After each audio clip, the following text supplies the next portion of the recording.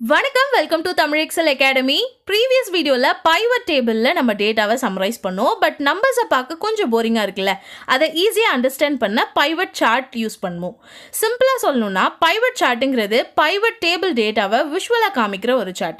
இதை யூஸ் பண்ணும்போது கம்பேரிசன் ஈஸியாக புரியும், ட்ரெண்ட்ஸ் கிளியராக தெரியும், ரிப்போர்ட்ஸ் ப்ரொஃபஷ்னலாக இருக்கும். ஆஃபீஸில் ரிப்போர்ட்ஸ், ப்ரெசன்டேஷன், டேஷ்போர்ட்ஸில் பைவட் சார்ட் ரொம்ப யூஸ் பண்ணுவாங்க. இப்போ இதை எப்படி கிரியேட் பண்ணுறதுன்னு ஸ்டெப் பை ஸ்டெப் பார்ப்போம். ஃபர்ஸ்ட் நம்ம பைவட் டேபிள் கிரியேட் பண்ணிக்கணும்.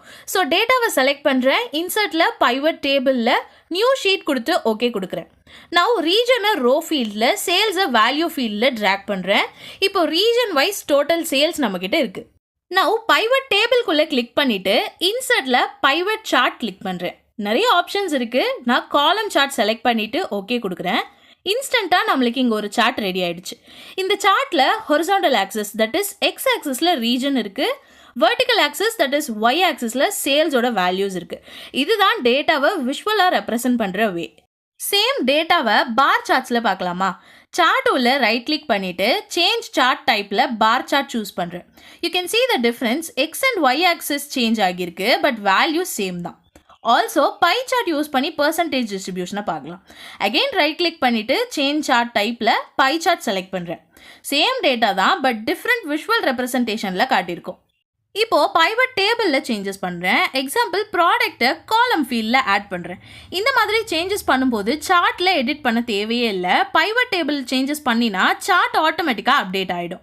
நான் டைட்டிலை நமக்கு வேணும்னா மாற்றிக்கலாம். நான் region and product wise sales ரிப்போர்ட்னு என்ட்ரு பண்ணுறேன்.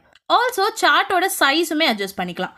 அண்ட் இம்பார்ட்டண்டாக ஒரு விஷயம் தெரிஞ்சுக்கணும், ஒரு பைவட் டேபிளில் இருந்து 2 டிஃப்ரெண்ட் சார்ட்ஸ் கிரியேட் பண்ண முடியாது. இஃப் அனாலிசிஸ் டிஃப்ரெண்ட்டாக இருக்குன்னா, example region wise sales chart ஒன்று, ப்ராடக்ட் வைஸ் சேல்ஸ் சார்ட் ஒன்று வேணும்னா 2 செப்பரேட் பைவட் டேபிள் கிரியேட் பண்ணிக்கணும்.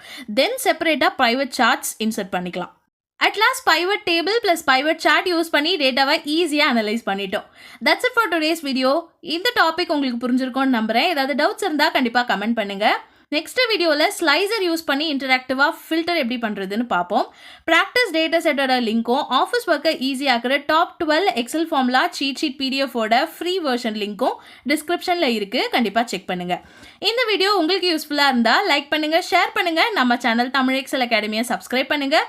குயிக் எக்ஸல் அப்டேட்ஸ் அண்ட் டிப்ஸ்க்கு நம்ம இன்ஸ்டாகிராம் பேஜை ஃபாலோ பண்ணுங்கள். அதோட லிங்க்கும் டிஸ்கிரிப்ஷனில் இருக்குது. தேங்க்ஸ் ஃபார் வாட்சிங்.